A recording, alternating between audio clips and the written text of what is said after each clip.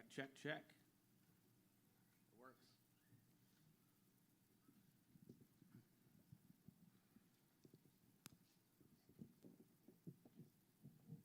Are we testing these?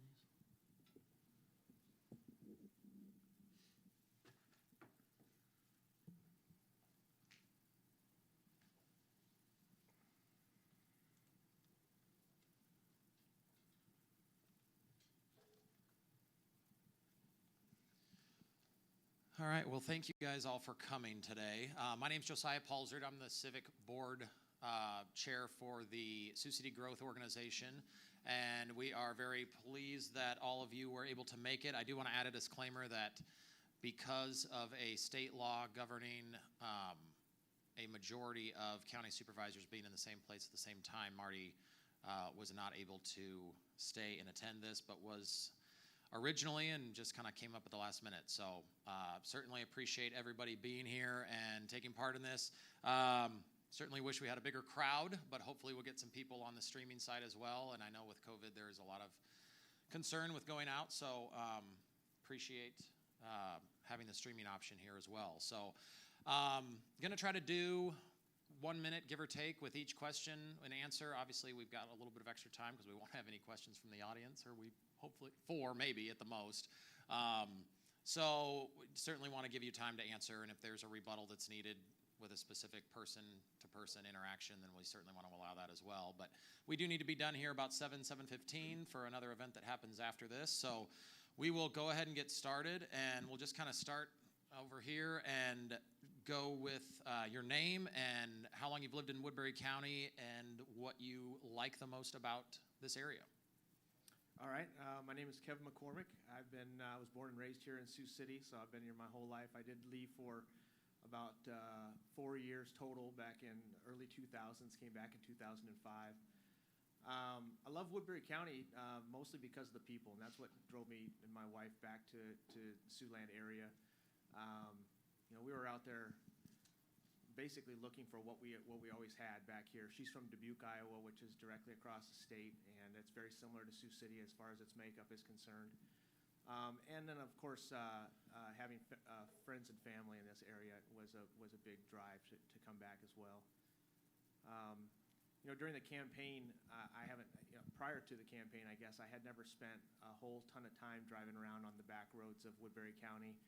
And as I put miles and miles on my truck, meeting different people in these different towns and different communities, I really kind of grew to even love it more so than I did in the past. So I'm happy to be here. Thank you for putting this on. Absolutely.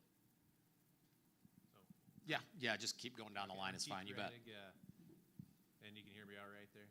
All right. So I moved here first in 1997 to go to Morningside College. I graduated from Algona High School. I'd grown up in Algona, Iowa.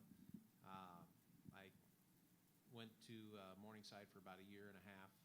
Ended up going to film school in Orlando, where I graduated with a film and video production degree. I moved around about 3 times after that and came back to Sioux City because it felt like the most like home. I bought a home here in 2001, and I've been here since. I had served on the city council in the past, and I've been on the board of supervisors for the last 4 years, and I really love living here and serving those who live here as well. Thank you. Thank you. Hi, my name is Patty Erickson-Putman. Again, born and raised in Sioux City, on the west side of Sioux City. I graduated from West High School and from Briarcliff College. Now I live on a farm in rural Woodbury County, and so the diversity is there. But I just enjoy this area, and like Kevin said, when you get out into the rural area, you realize how pretty Woodbury County is and how much it has to offer. So I like the people. It's real. They're always there to help you out if you need help. If I'm stranded on a gravel road or if I'm stranded on Highway 20, I know there's going to be at least 3 people that stop and ask, do you need help? Can I help you? And I feel safe about it. So that's what I love, is the people, the diversity of the county. And I've worked for Woodbury County for about 29 and a half years, and for Simcoe before that. So I traveled throughout 5 counties in the area, in Iowa, 3 in Nebraska, and 1 in South Dakota. So I a real area-wide picture of local governments. And so I've been involved in local governments for 35 years. Thank you.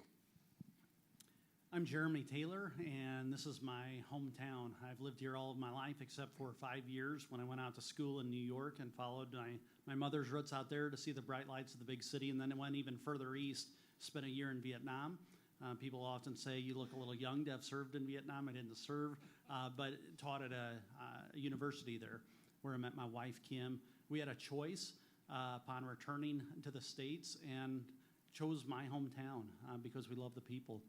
I went to West High School. My first elected position was as student council president at West, and have served in the Iowa legislature, elected to the County Board of Supervisors by overwhelming majorities in 2014, 2018, and I'm running from another district now in 2020.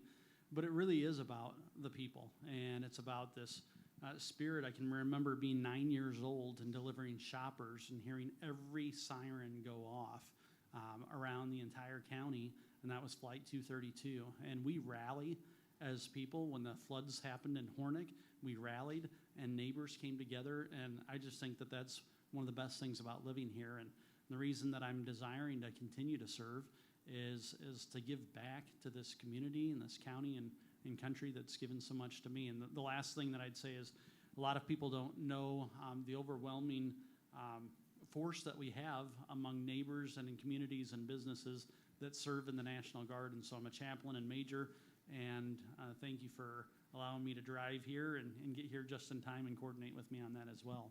So to me, it's about service and the people that serve one another, and that's my hope to continue and serving on our county board. Thank you.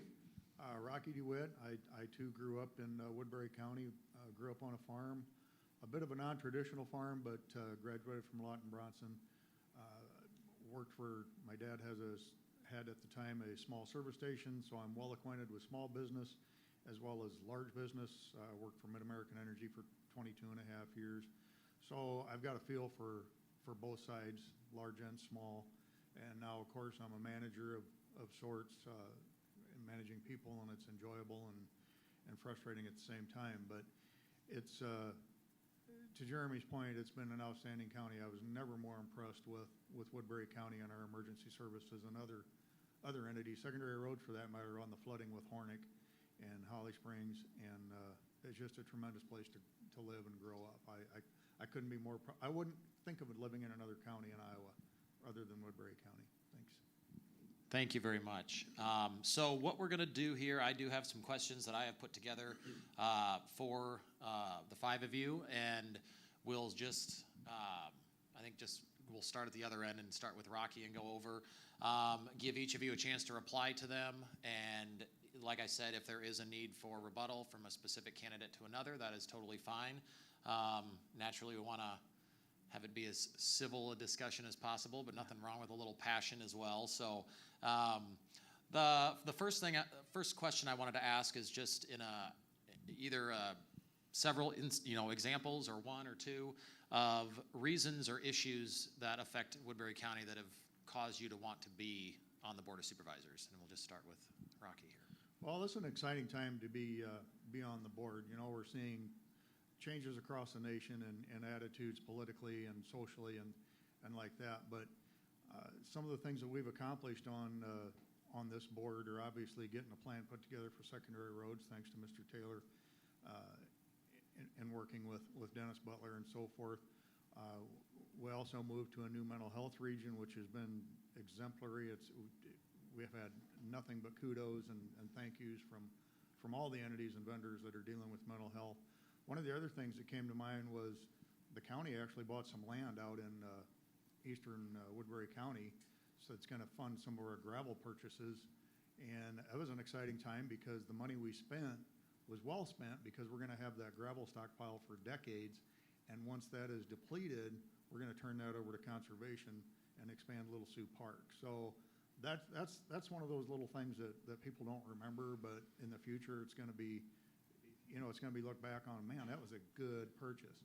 So we have come a long ways. The new LEC, I also sit on the LEC authority. I'd like to see some things through to completion, but we've made great strides. We've come a long ways. We've worked to keep the tax levies low, if not lower than they have been in decades.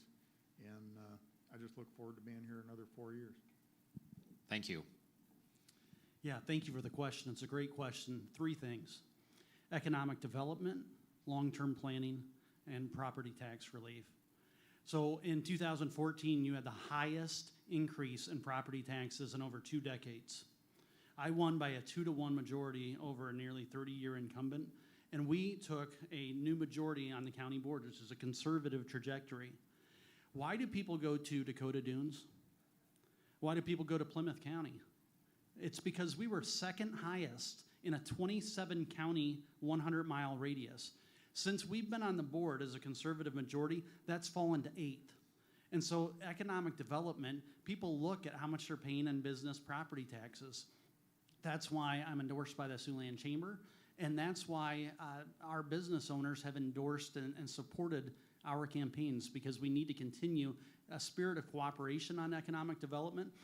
Remember the loggerheads that the county would be at with our largest businesses like CF, with the city of Sioux City. Now fast forward the last 5 years, we have a cooperative spirit with the city of Sioux City. Dan Moore in 2016 said the city-county cooperation's never been better.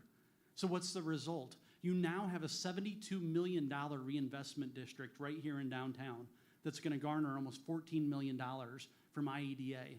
You have a city-county authority that's overseeing this new law enforcement center.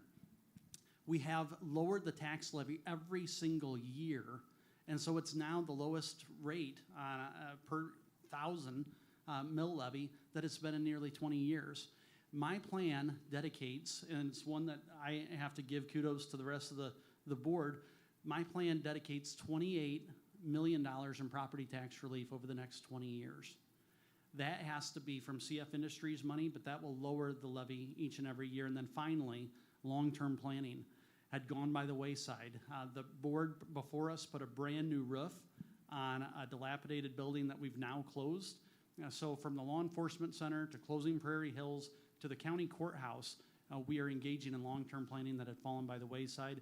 I believe taxpayers look at the last 5 years and need more years like that to come. Thank you. Thank you. My 3 priorities are, number 1, mental health. Mr. Taylor talks about lowering the property tax levy. He doesn't mention the fact that they've increased the per capita levy on mental health from $28.50 to over $33 per capita, and received nothing for that. No services were increased. Services were in fact cut from individuals that needed those services. They were from working families who needed assistance in their copay and their deductibles to be able to maintain mental health services, mental health medications. That's a number 1 priority with me. Number 2 is the Woodbury County Courthouse. It's a national landmark. I beg to differ in that, strategic planning or long-term planning had been done on the courthouse up until 2014. Now then there seems to be a knee-jerk kind of lapse in what's being done with the courthouse, and there's all of a sudden a $12 million price tag for the courthouse, and let's just all do it all in one shot. Well, there again, let's put that report out there so that the courthouse committee can see it and the public can see it to determine what's going on. The infrastructure of the courthouse, the ugly parts of it, the plumbing, the electrical, those type of things need to be included in that and prioritized into replacing, other than just the pretty areas that everybody sees. Another one of my concerns is the LEC, how that's going to go forward. I've asked about the authority that was created. Nobody seems to know what the actual real powers of that authority are. I'm told there's a lease involved, articles of incorporation, but nobody knows what role that authority plays other than it has to stay in place for the 2 years that the LEC is being built. The other 18 years while they're retiring the debt, I don't know what they're going to do. Do they have budgetary relief, oversight, what? Those questions weren't answered. So, and again, the integrity of the mental health services, those services were again, the per capita was again raised to to 37, 33, I believe, for this current year. They still owe $170,000 out of a $1 million buy-in. So they've increased that money all that way, received nothing in return for it, and did not restore or provide new services. The mobile crisis unit that they talked about was ready to roll in Woodbury County before they chose to go to Rolling Hills.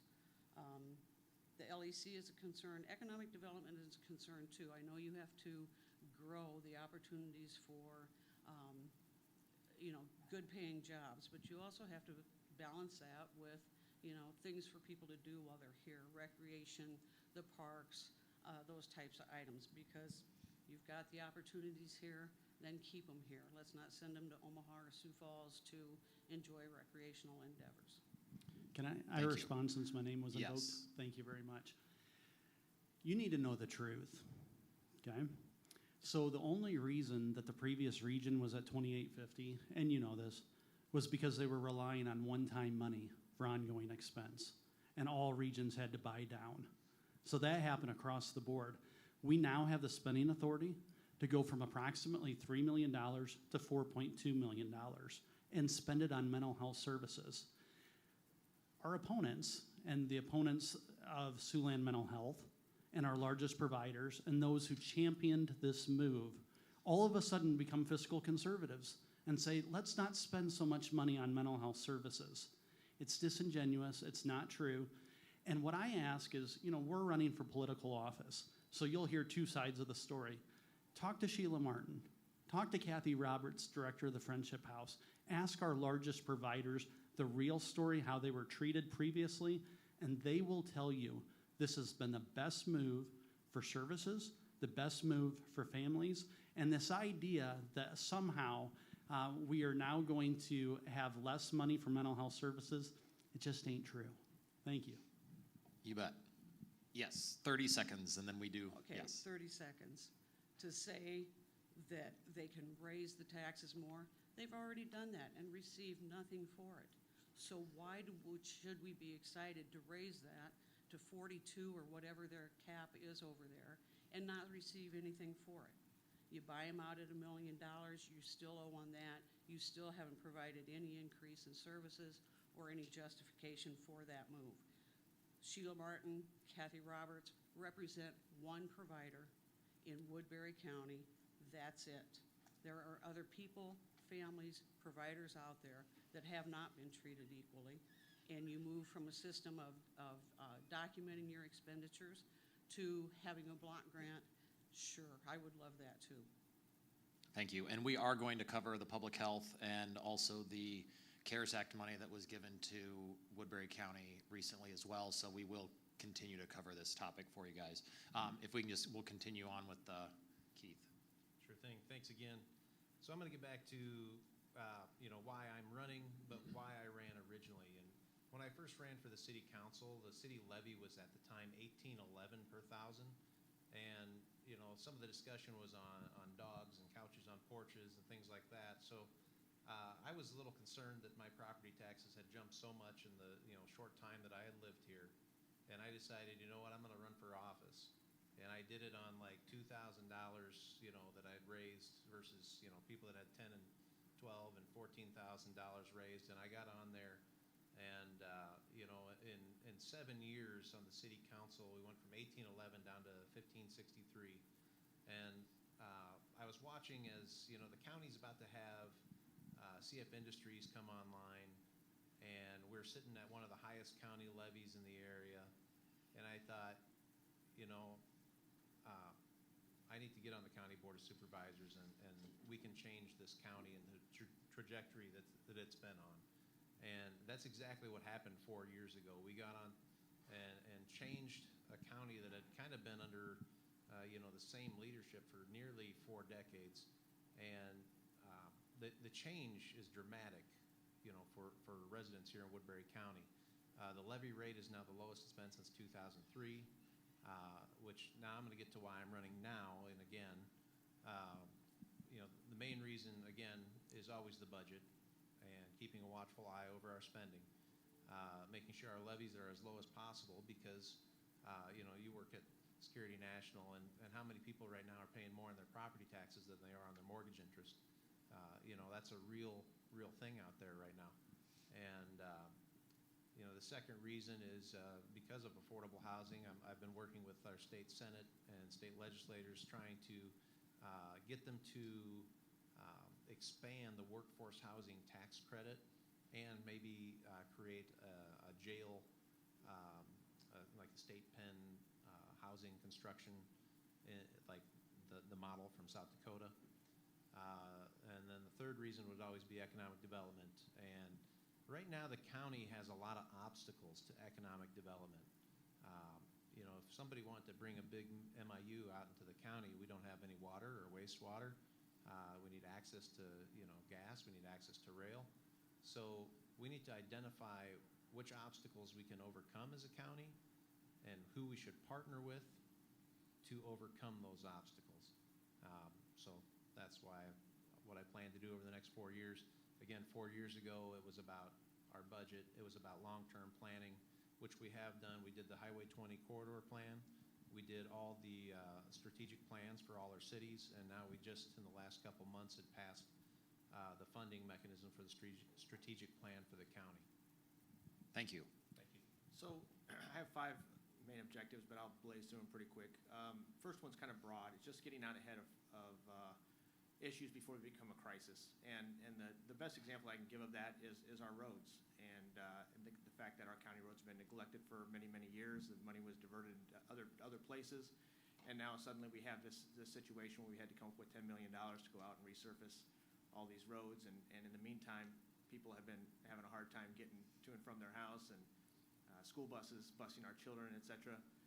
Kind of safety issues and quality of life issues.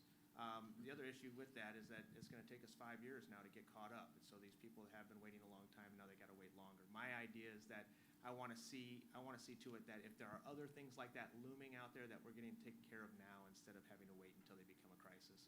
The second one has to do with our small business community. It's easy to look around right now and see that our small business community is struggling like crazy. And a lot of them have gone belly up, and some of them are just barely hanging on. As a county supervisor, I'm dedicated to helping stabilize and recover our small business community. I do see that as one of the keys to our success. The third one has to do with law enforcement center. I didn't mention this earlier, but I've got a background in construction. For 5 years, I had a small construction business here in Sioux City. I also was a police officer for 8 years. I just retired here a while back. What I want to do is provide some oversight with the Law Enforcement Center. Back in the 1980s, when the initial one was built, one that we know, 7th and Douglas now, it was shoddy construction. It was poor construction materials, shoddy contractors, and as a result, here we are, 35 years later, having to fork over $50 million for another law enforcement center. I want to make sure that doesn't happen again. I want to oversee construction of law enforcement center, use my professional knowledge of construction, business, and law enforcement to be sure that common sense decisions are being made, that best practices are being performed, and that our hard-earned tax dollars are being spent wisely this go around. The next one has to do with mental health, and that's kind of near and dear to my heart. Back in 2012, I was involved in a nearly tragic shooting while I was a police officer on a routine traffic stop. A guy got out and started shooting at me. I took one round to my forehead. I walked away from that with very little physical injury, but it did have an effect on me mentally. And so I'm much more empathetic, I guess, to folks that are dealing with mental health issues. And so as county supervisor, I'd be also dedicated or committed to increasing awareness and access to mental health care in Siouxland. And the final one has to do with turf wars. Leading up to this point, I've done a lot of research. I've spoken with a lot of people here in Sioux City and in Woodbury County. And I've gotten this idea that, and it's been described to me as these turf wars between county and city governments. And I don't know why that exists. It doesn't make any sense to me. It seems to me like if we have two governing bodies that are living side by side, serving essentially the same people with essentially the same ideas, that we should be working together and pooling our resources. So I want to be that supervisor that comes in, develops those relationships, strengthens those relationships, and helps to facilitate some collaboration. Thank you very much, all of you.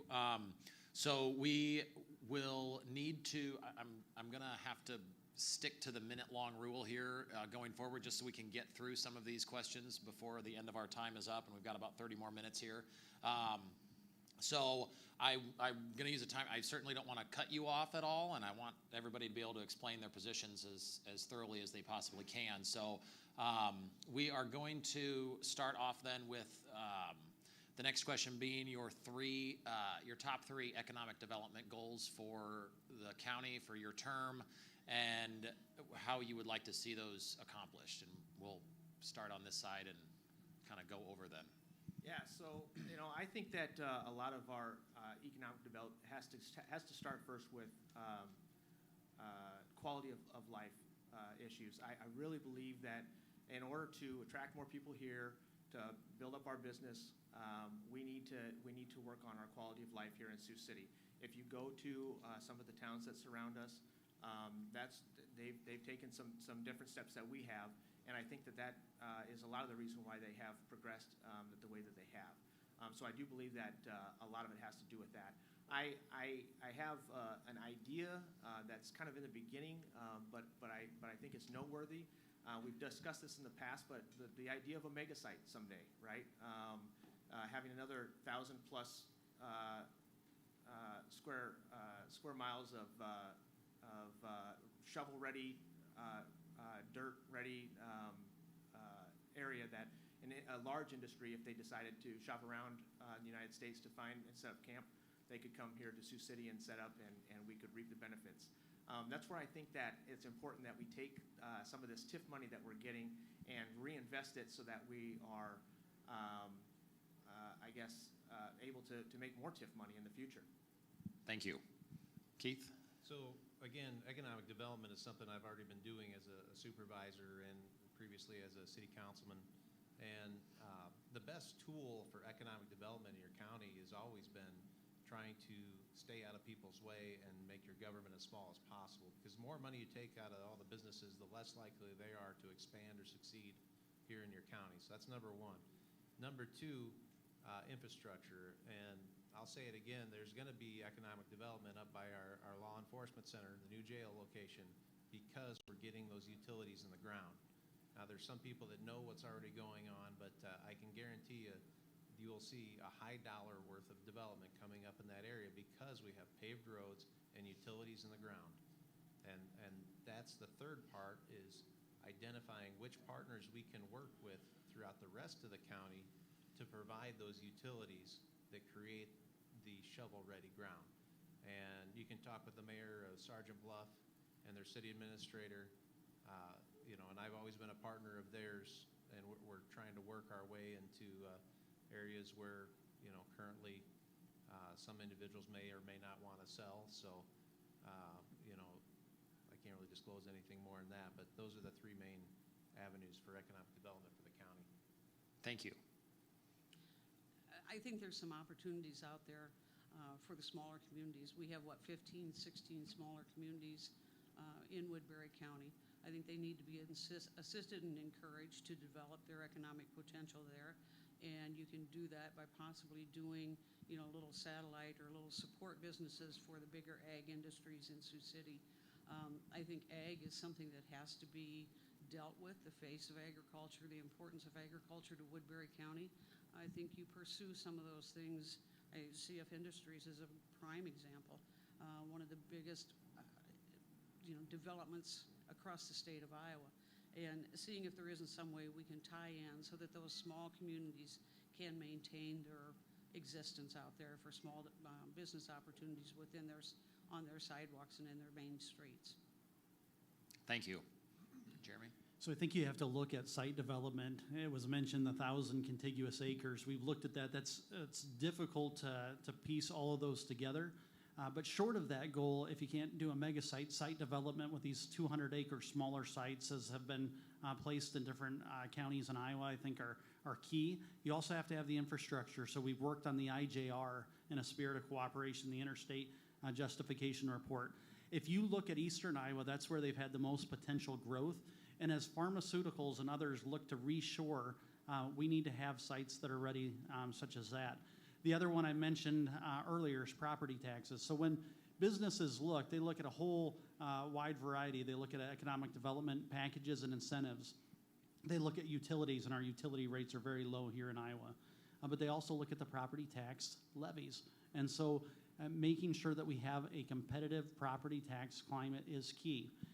To this point, there's a plan that I put forward to rebuild the roads that were mentioned earlier that now need $10 million in resurfacing. Because I would put forward a plan to use future CF Industries revenue, it is property tax neutral. My opponent had one plan, and that was to raise property taxes by $10 million in order to pay for it. There is a difference between our proposals that will directly impact economic development, and I think the ones and the proposals I put forward will be better for business. Thank you. And Rocky. I agree with Mr. Taylor on the smaller business sites. It's great to have a 1,000-acre shovel-ready area, but we have had in the past, in the recent history, an opportunity to possibly have a company come that was talking about 400 jobs potentially, but when you talk about the infrastructure, one of the issues was there is a major gas line going through that piece of property, and that company would not deal with it in that they had to give the right-of-way to the utility companies. So we're sitting in the middle of a hub of two major highways, obviously. Thank God 20 got done here a couple of years ago, but with the IJR and the interchange on the south side of the city, that will be a huge benefit. Again, we do need to keep our tax levies as low as possible. There's going to be some development, but I question whether or not the county should be funding that at taxpayer expense. I think we should get out of the way and let private industry take over and get into the business of doing their business and not having us stand in the way. Thank you all for that. I appreciate it. Our next question will be related specifically to the Sioux City Growth Organization and what you would say your plan or method of attracting and retaining younger professionals or younger career-minded people, whether it's through graduate programs at any of the universities in the area or bringing them from other communities into Sioux City. And I'll start with Rocky again. Thank you. As Mr. Taylor mentioned, we're right now in the middle of that $72 million urban redevelopment down here in downtown. I think if we can make downtown Sioux City and Sioux City as a whole more attractive, we're just automatically going to see some of those venture coming forth. As much as manufacturing, and obviously we've got some of the best law enforcement in the area. We've got one of the biggest employers with the 185th Air Refueling Wing, the Army Guard post down there. Those are some outstanding employers. We need more. We need more professional type entities, companies coming in. Des Moines is obviously famous for banking and insurance. I'd like to see us be a bigger bank or a bigger area development-wise for something in that nature. And I think with some of the revitalizing going on, and the county has been no stranger to giving money to the city on some of these projects either. So it's a fine balance between taking care of our rural residents and aiding the city in getting some of these projects going. But the county has had a hand in the exposition center down there and contributing a fair amount of money to that. It's an ongoing process. It's obviously something that needs to be looked at. I am still stand in favor of letting business do their business and not have government stand in the way. Thank you. Jeremy. So I think it's very important, obviously, to have economic development and those business opportunities. I agree, Rocky mentioning the $72 million reinvestment district by which the Warrior Hotel and others that are now in here can give that hotel motel sales tax and can help to reinvest nearly $14 million in incentives. So I think that's important. I also think that there are quality of life initiatives that are very key and that the county in the past would not participate in. Or at Loggerheads, I have to credit Mark Monson, a Democrat who was great to work with, in joining at the time Matthew Young and myself and helping to lead participation with the city of Sioux City. That's why we have the Ag Expo Center today, and the previous supervisors stood in the way of that being in Sioux City. So I think making sure that the city and county can continue to partner is critical. When you have things, what do young professionals look at? Do you have a revitalized downtown? Do you have things to do here? Do you have a children's museum? We have kids. Do we have these things that Omaha and Sioux Falls have? And so I think that those are things that will incentivize young professionals to want to come and to stay and be retained in this area. Thank you. Patty? I think you look at and you prioritize what are your strengths, what are your major businesses now, how can you possibly expand those current businesses, and support and keep your balance of maybe tech and agriculture. How can you have a complementary type of situation there? You can't do economic development by, mercury. If you hit it and it just splatters all over the place and all you're doing is chasing the drops, you're not going to accomplish much. But if you focus and you go forward on what your strengths are, how you can get them to complement with each other, definitely have to work with the city of Sioux City on things.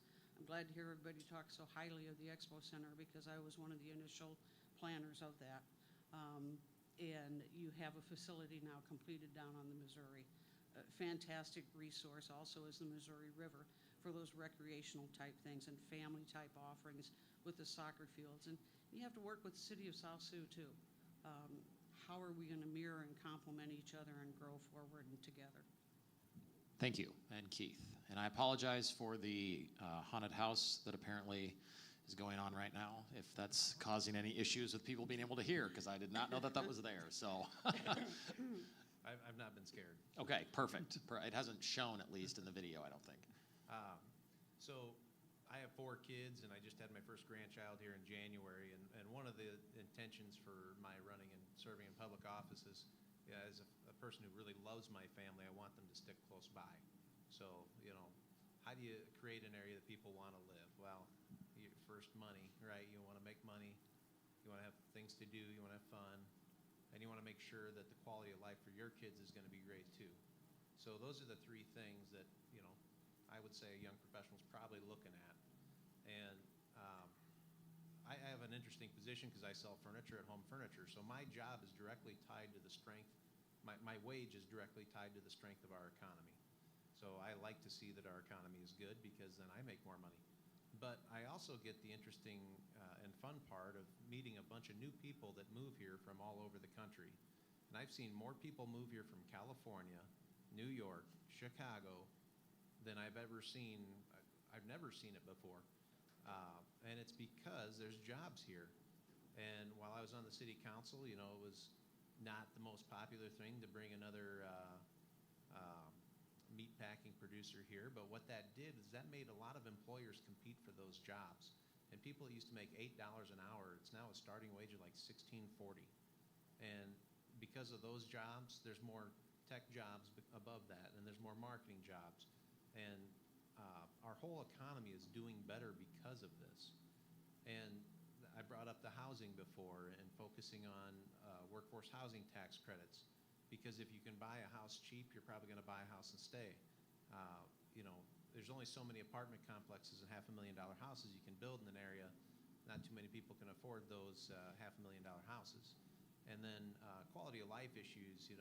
I've put a lot of time and effort into ensuring that our conservation department has everything it needs to be, a place where people want to go and have fun in the county. And I've been working on initiatives to do a river trail out in eastern Woodbury County as well. So, I'm trying to meet all of those needs so that we make this the best place to live, work, and raise a family. Thank you.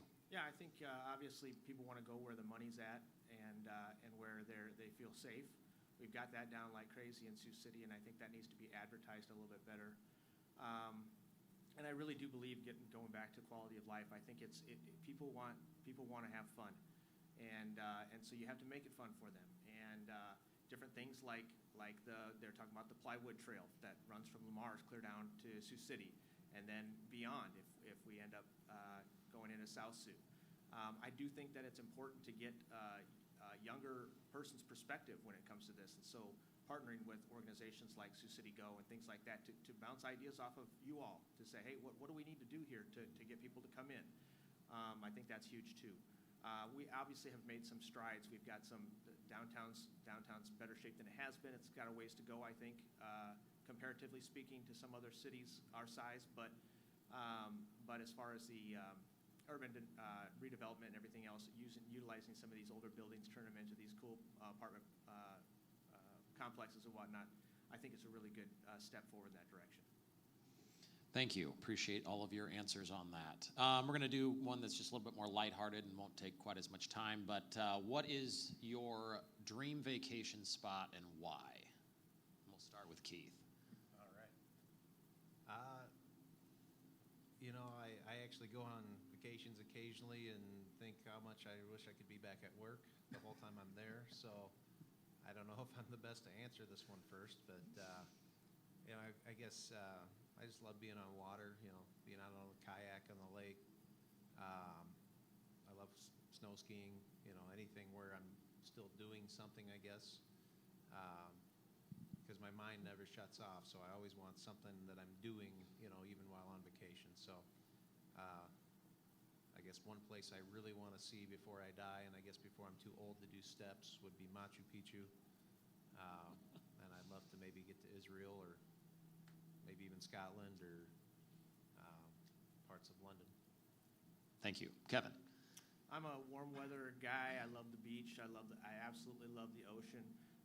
My wife and I got married in Dubuque back in 2004, and then immediately moved out to Maui, Hawaii, and lived out there for a year. And even just having lived out there for a year, you'd think that that would be enough for us to say, okay, let's go check out other places. But that is my ideal vacation destination, and I'm a little bit different in that when I do go on vacation, I'm absolutely able to unplug, and because I think that's kind of the whole idea is to put everything kind of behind you a little bit and soak up some sun and have some fun and re-energize. Absolutely. And Patty. Yeah, my sister is a retired Chief Master Sergeant with the U.S. Air Force, and she had the distinct, she was stationed in Hawaii twice, so I felt that I had to go. I've dreamt about it ever since. Being on the military side of it, you really got to know the locals, the hangs, not as much of the, you know, the kind of visitor type thing. You get to actually see and meet the people and go to the places, the little mom and dad stores and places like that. So, you know, I still dream about Hawaii. I've been there 3 times, and I will continue to dream about Hawaii, and I would go back in a heartbeat. Especially as we get our first 5 inches Yeah. of snow in October. Jeremy. Vietnam. So I spent a year there, and I just think it's one of the most beautiful countries I've ever seen. It also is a unique way to connect our kids.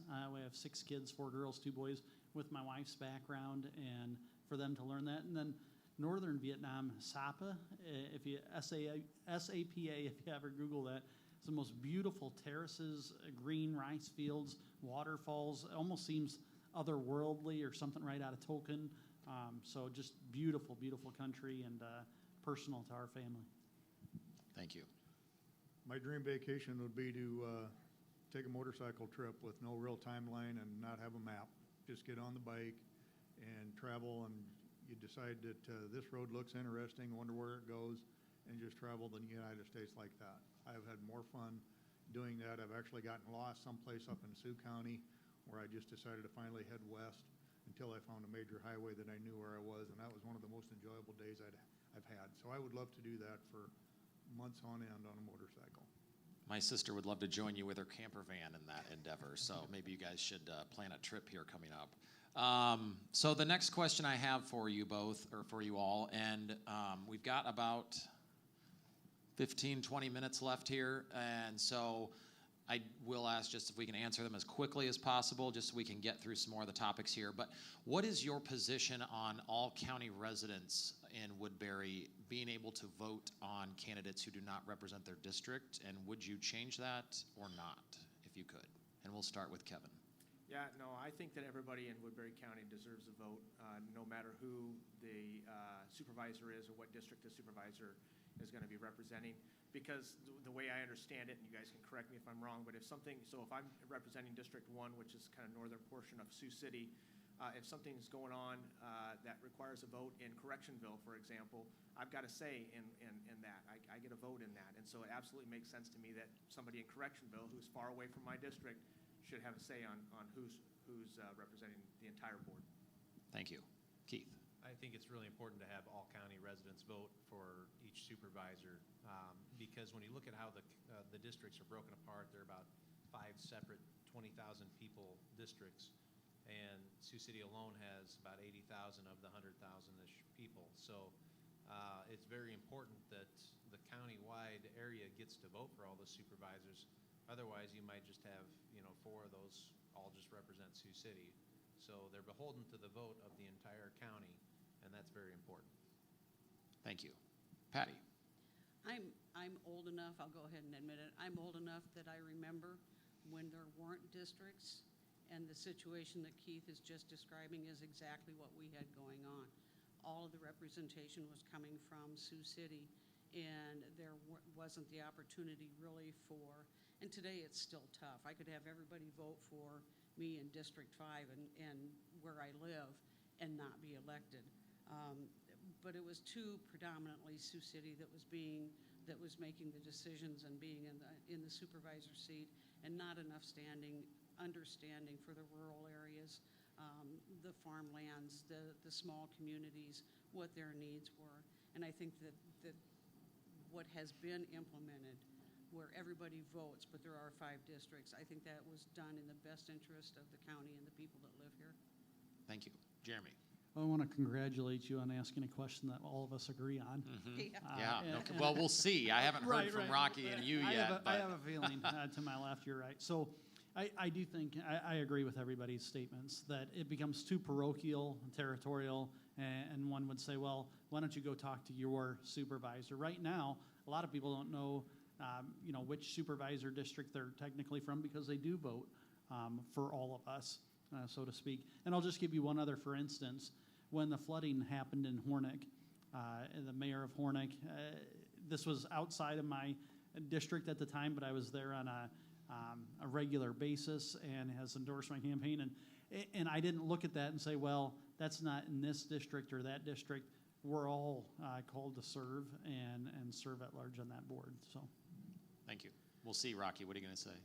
You know what? I'm going to have to fold and go with the rest of the crew here. But no, the Iowa legislature actually looked at disbanding, I think, the districts above a certain population base of the county. But as it is, the districts are split up by population. We've each got a little over 20,000 people of the 102,000, 3,000 people that are in the county.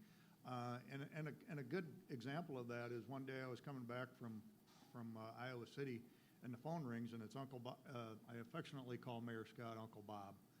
He seems to enjoy that. But at any rate, without giving up the issue, he told me that there's 82,000 people that are wanting me to vote a certain way, and I invited him to have some of them call me because I just didn't see it.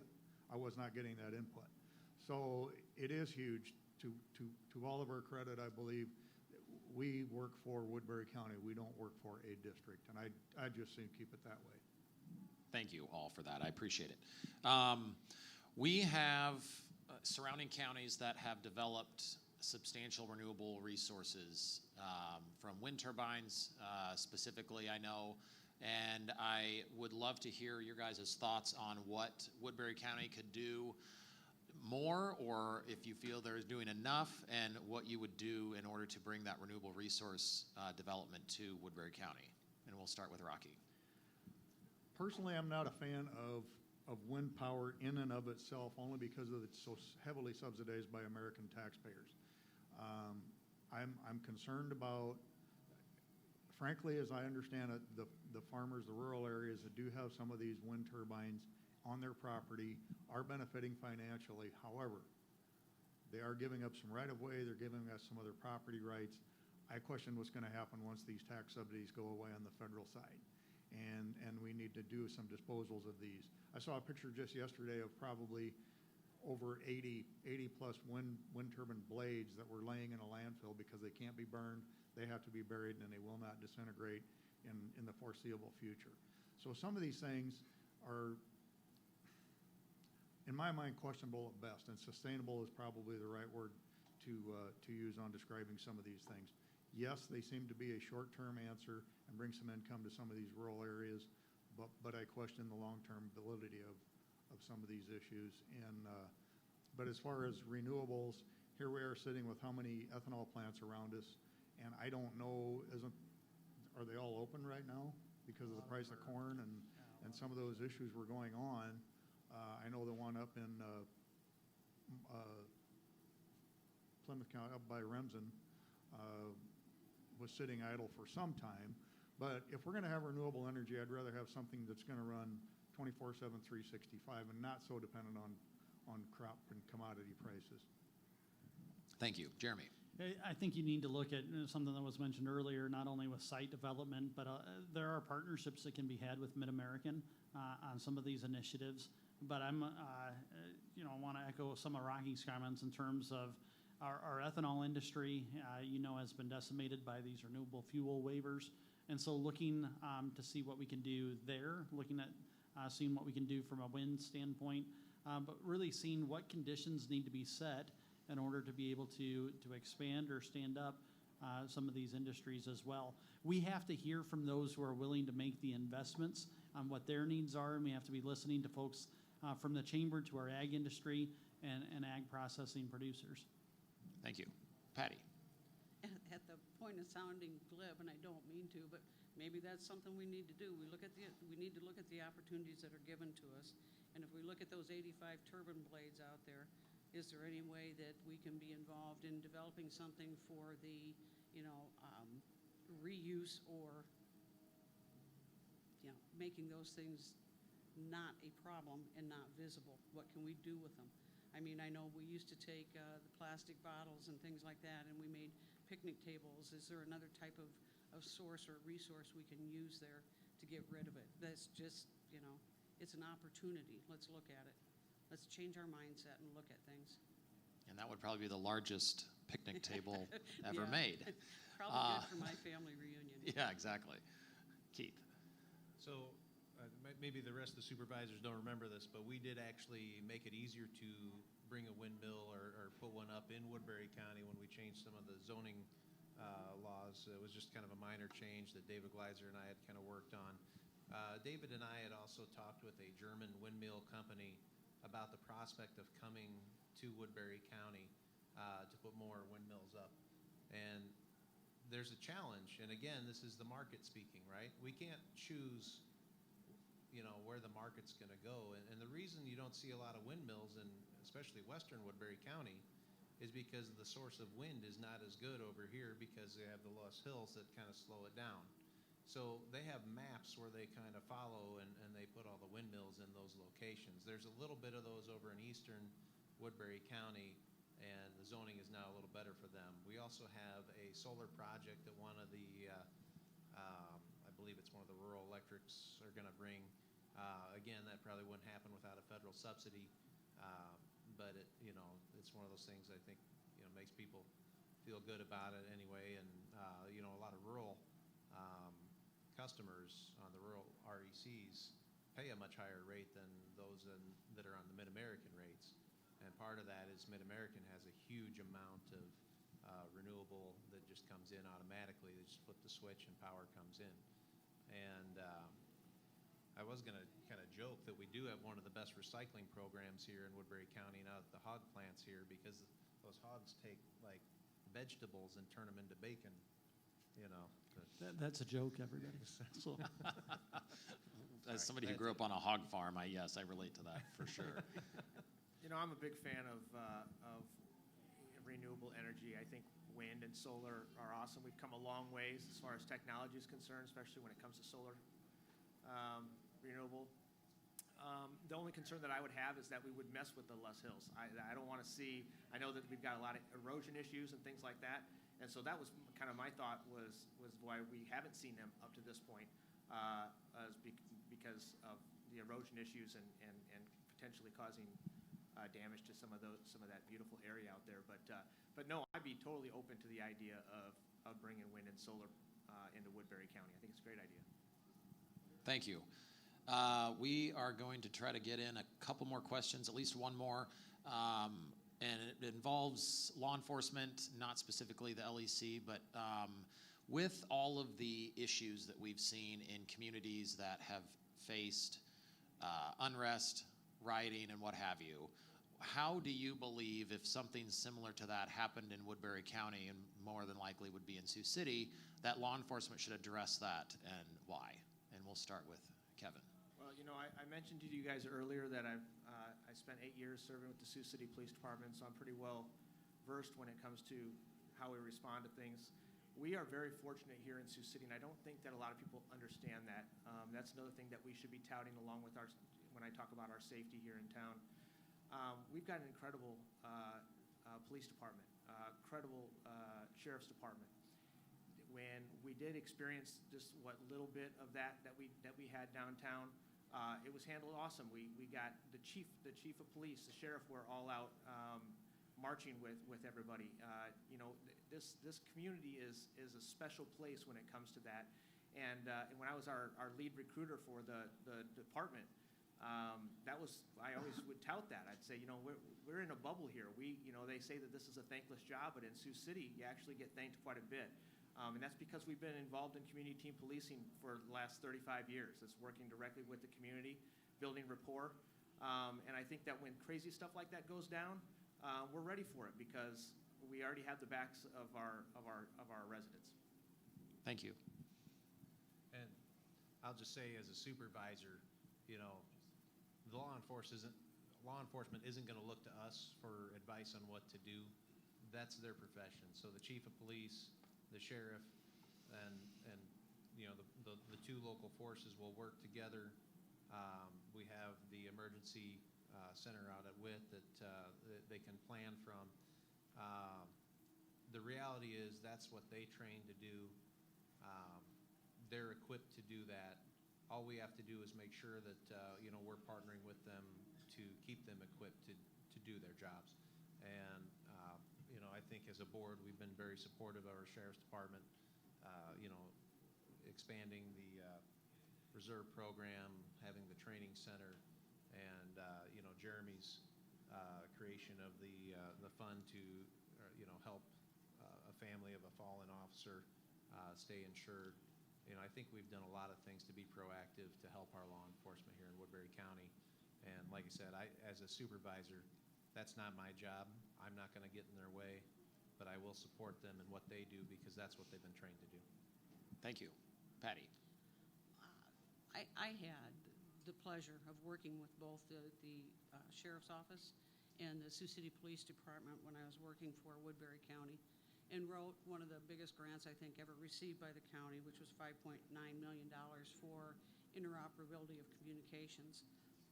When you talk about two law enforcement agencies that work very well together, it was always a pleasure for me to be able to work with them and not face any turf kind of issues.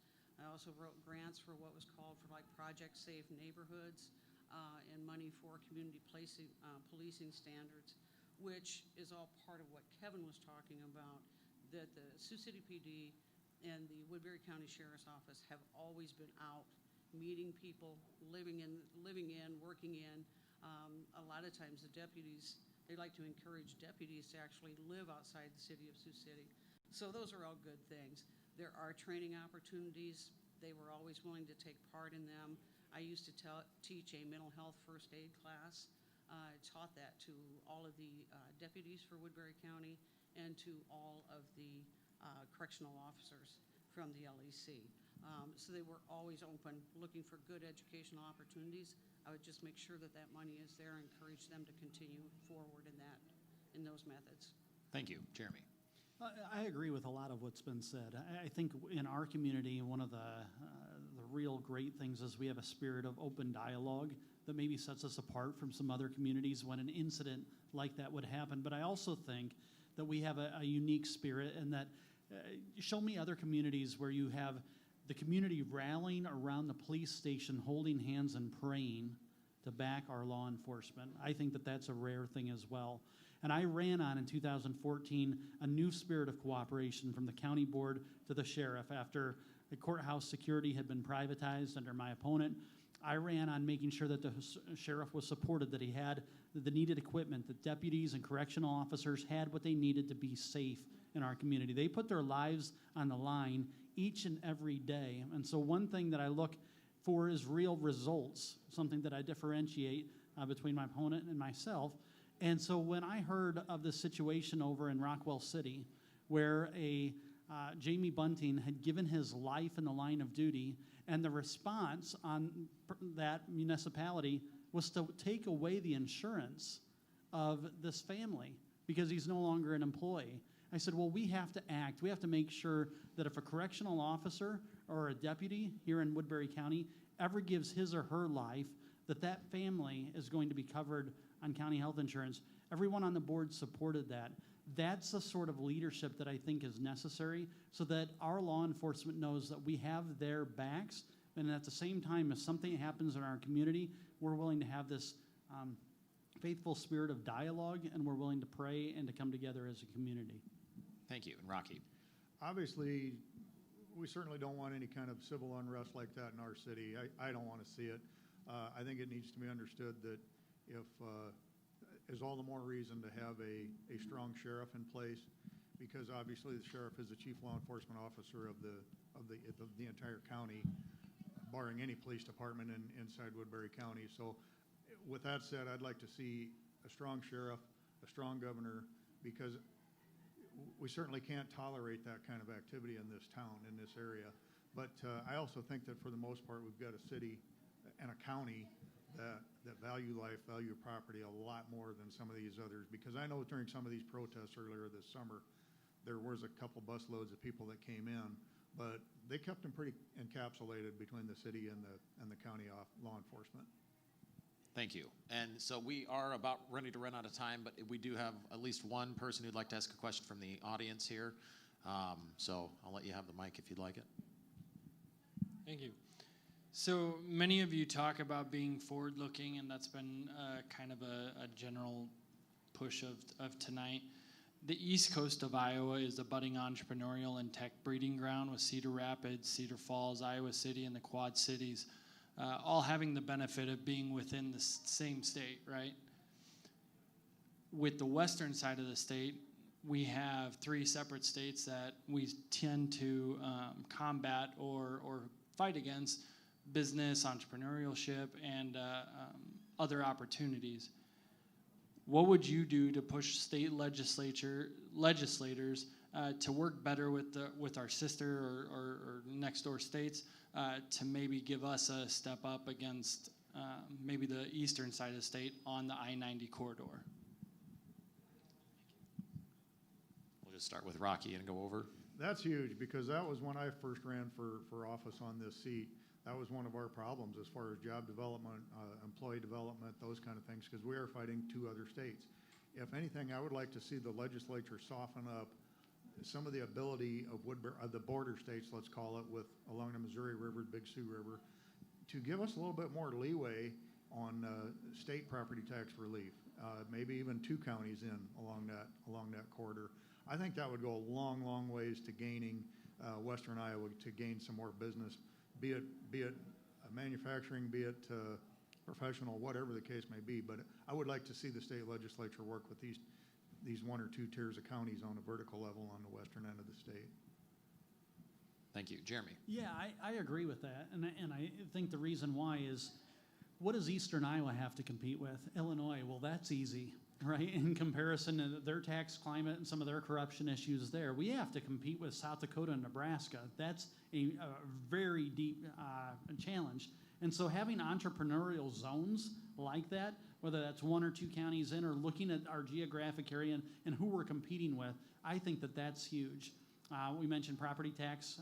Obviously having the continued trajectory there, I think, is important as well. But these entrepreneurial zones, and then I would say working with IEDA and telling them, this is what our chamber, this is what our businesses, this is what our professionals in the Sioux City Growth Organization, this is what they're saying. And so if we can take that message back and craft with Debbie Durham and the authority some of these programs to say this is what would help. I was a big advocate when I was in the legislature of the Targeted Jobs Program for that reason. because it specifically identified areas like Sioux City, and it took some recognition of what we have to compete with across the border. But I think it's a great question. Thank you. Patty? I think some of the things I would like to see is like an expansion of, Eastern Iowa, Central Iowa has the benefit of having the universities there. I would like to see the expansion of that back towards the western side of the state, the School of Veterinary with Iowa State. That's a prime example. We've got such a reduction in the availability of veterinarians in the area, large animal, small animal. I think that's a perfect opportunity to bring that kind of a satellite school over here. I think the things that Rocky and Jeremy have just spoken about are also critical to getting it done. I worked with Lance Hedquist for years, and I know that there's a cooperative working relationship there where it can be dovetailed in. That's what we need to look at. Thank you. Keith?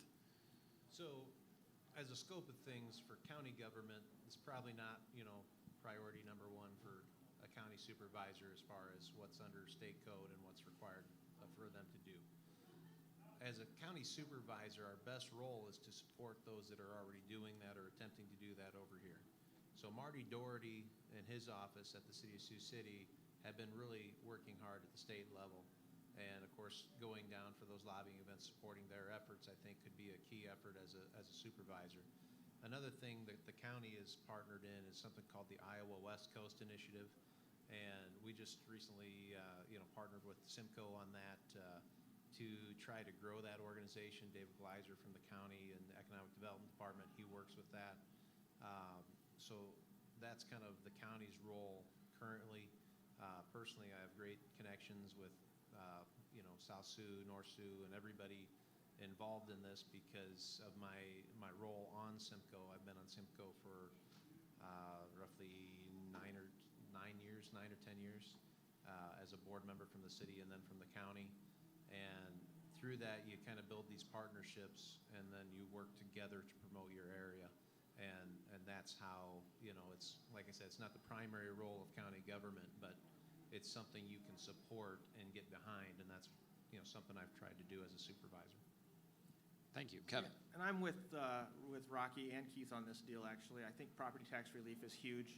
And I also think just working with the other counties in our area, whether they're here in Iowa, Nebraska, South Dakota, and getting everybody kind of on the same playing field, understanding that what happens there has a great effect on us, what we do here has a great effect on them, and working together. This is not we're not just a small community necessarily. We're a large community, and I think that we need to be looking at it from that perspective.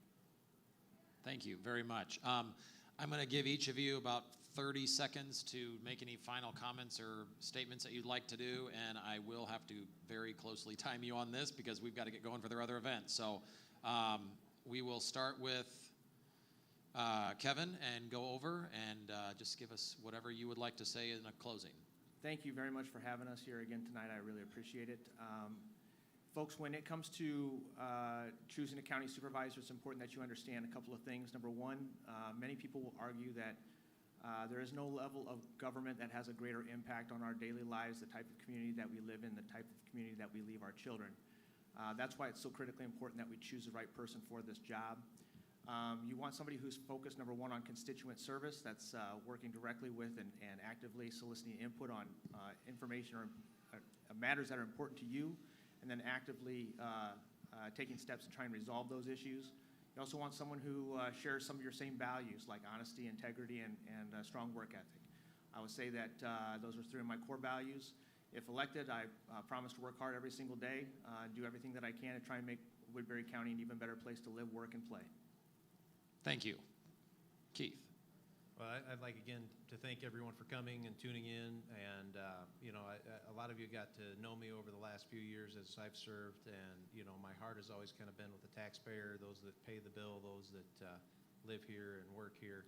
And I will continue to fight for those paying the bill when it comes to serving you on the County Board of Supervisors. I do want to see more housing development, and I do want to see the county overcome those economic development obstacles, because I think this is the best place to live, work, and raise a family. And thanks again. Thank you. Patty? I think that quality of life issues are a responsibility for a board of supervisors. We have economic development, we have, tax levies that we have to look at, but I think quality of life goes hand in hand with that, and I will promise that those are the type of things that I am going to work on, focus and work on, and I will be honest on every one of the issues there. I think it's critical, especially these days, that you have solid mental health services. We don't have that right now. And going forward, those quality of life issues, non-mandated versus mandated services, they have to be improved. Thank you. Jeremy. Well, I really appreciate the opportunity here tonight. I answered a call to serve in this community in 2010, was reelected in 2014 and 2018, and I'm asking for that support again because I love this community. I want to continue to raise my family here, and I want our children to have the opportunities and even more. So in terms of lowering our taxes, long-term planning, making sure that whether it's mental health services, emergency services, or law enforcement, that we're asking and we're listening to people and we're seeing how are we directly impacting their quality of life and making life better for our families here. I work as hard for your family as I do for my own, and that's my promise to you in the future. Thank you. Thank you. And Rocky. This has been an exciting 4 years. My first campaign was a lot of fun. It was a lot of work, and it's been still a vertical learning curve on this first 4 years of my first term. This is one very exciting time to be on the Board of Supervisors. We've seen so much improvement. We've seen lower tax levies. We've seen so many things started. I want to be here long enough to see some of these things finished. So just because someone doesn't understand what the authority doesn't mean it's a bad thing. We are there as a conduit between the city and the county for the law enforcement center. It is not rocket science. It's just an entity that needs to be. And I'm just asking for 4 more years to finish this. And thank you for this unique and close-knit venue here. It's been fun. Absolutely. Thank you all very much for joining us and being a part of the event. And we'll see who's around for the next one, I suppose, right? Thank you very much, and have a good night. Thank you.